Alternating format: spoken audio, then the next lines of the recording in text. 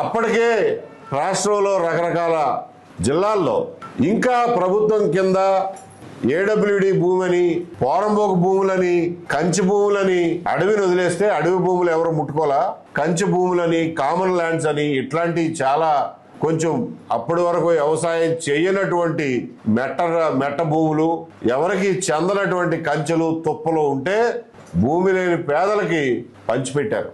పంచిపెట్టినప్పుడు 1960లోనూ అప్పుడు సెటిల్మెంట్ ఆఫీసర్లు ఉండేవాళ్ళు. వాళ్ళు సెటిల్మెంట్ చేసి ఇదిగోనండి సుబ్బారెడ్డి గారు, ఈ 4 ఎకరాల భూమి ప్రభుత్వం మీకు సెటిల్ చేసి ఇస్తుంది, దీని మీద ఇక నుంచి సర్వ హక్కులు మీవే అని చెప్పి సరిహద్దులతో సహా వాళ్ళకి పట్టాలు ఇచ్చారు.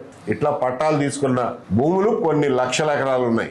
పేదలకు పంచిపెట్టినాయి. కానీ అప్పటికే ప్రభుత్వానికి తెలియకుండా తరతరాలుగా వ్యవసాయం చేసుకుంటూ, హక్కు లేకపోయినా కానీ వ్యవసాయం చేసుకుంటూ ఉన్న వాళ్ళకి దున్నేవాడిదే భూమి అన్న నినాదంతో వాళ్ళకి కూడా పట్టాలు ఇచ్చి వాళ్ళకి హక్కులు కల్పించారు.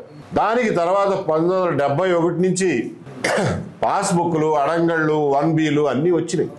బ్యాంకుల్లో పెట్టుకునే వాళ్ళం, రైతు కార్డులు తీసుకున్నాం, కిసాన్ కార్డులు తీసుకున్నాం, అప్పులు తెచ్చుకున్నాం, తీర్చాం, మళ్ళా తెచ్చుకున్నాం, అమ్ముకున్నాం, పిల్లలకి కట్నాలుగా ఇచ్చాం, పిల్లలకి రాసి ఇచ్చాం, తాకట్లు పెట్టుకున్నాం.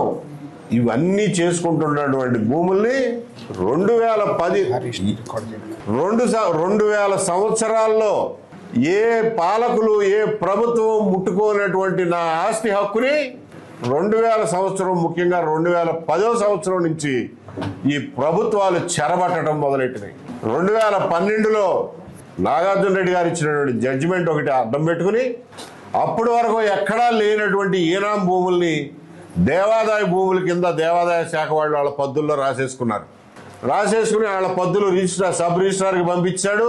ఆయన మొత్తం లిస్టు పెట్టుకుని మనం వెళ్ళి అమ్ముకుంటున్నామండి అంటే రిజిస్టర్ చేయడానికి వీల్లేదు పొమ్మని పోయాడు.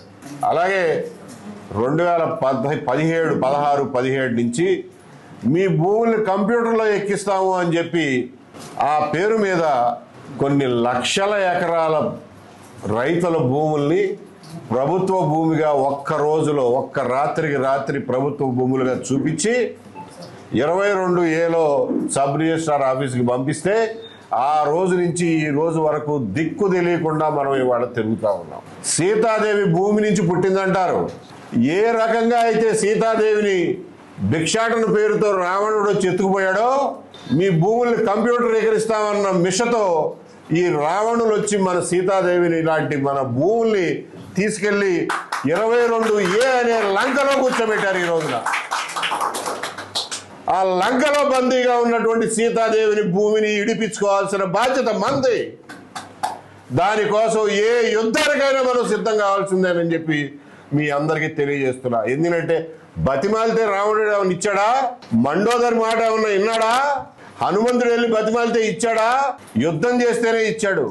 లేకపోతే ఈ రావణులు, ఈ కుంభకర్ణులు, ఈ ఇంద్రజిత్తులు, ఈ దేవాంతకులు, ఈ నరాంతకులు వీళ్ళందరూ కలిసి సీతాదేవిని ఇడిపించే పరిస్థితిలో లేరు. రావణుడికి 10 తలకాయలు ఉన్నట్టే ఈ రోజున మన భూమిని ఎత్తుకుపోయిన వాళ్ళకి ఒకళ్ళ ఎంఆర్ఓ పేరు మీద, ఆర్డీఓ పేరు మీద, విఆర్ఓ పేరు మీద, బ్రోకర్ల పేరు మీద, ఎమ్మెల్యేల పేరు మీద, జాయింట్ కలెక్టర్ల పేరు మీద, కలెక్టర్ పేరు మీద, సీసీఎల్ఏ పేరు మీద ఇన్ని తలకాయలు ఉన్నాయి. ఒక తలకాయకి అన్నం పెట్టినా మిగిలిన 9 తలకాయలు మా సంగతి ఏంటి అంటున్నాయి. కాబట్టి ఈ 10 తలకాయల రావణుడిని పడగొట్టాలంటే, మన సీతాదేవిని మనం రక్షించుకోవాలంటే బాణం వేయాల్సిందే, యుద్ధం చేయాల్సిందే. శ్రీరాముడు 2 చేతులతోనూ బాణాలు వేశాడు. మనకు ఆ అవసరం కూడా లేదు. మనకి రావణుడిని పడగొట్టడానికి 1 వేలు చాలు బటన్ నొక్కటానికి. కాబట్టి ఖబర్దార్ అని చెప్తున్నాం.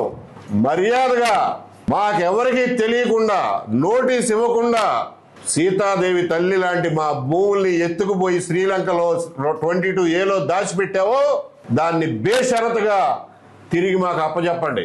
అందులో మీకు ఏమన్నా క్లెయిమ్ ఉంటే, ప్రభుత్వ భూమి ఉంటే మాకు నోటీస్ ఇచ్చి మాట్లాడండి. అంతే తప్ప ఆడి దగ్గరికి వెళ్ళు, ఈడి దగ్గరికి వెళ్ళు, రావణుడి మా తమ్ముడు ఉన్నాడు ఆడితో మాట్లాడు, ఆడు 6 నెలలు కుంభకర్ణుడు, 6 నెలలు నిద్రపోతాడు, 6 నెలలు తింటాడు. అంటే 6 నెలలు పదవిలో ఉంటాడు, 6 నెలలు అపోజిషన్లో ఉంటాడు. ఎవరిని అడగాలి మనం పోయి? అందరూ ఒకటైపోయారు ఇందులో.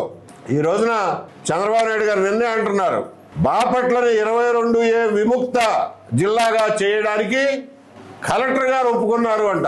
ఈయన ఒప్పుకోలా, కలెక్టర్ గారు ఒప్పుకున్నారంట. కలెక్టర్ గారు ఖచ్చితంగా చేస్తారు, అభినందిస్తున్నా. కలెక్టర్ గారు చేసిన తర్వాత నేను వచ్చి పట్టాలు పంపిణీ చేస్తా.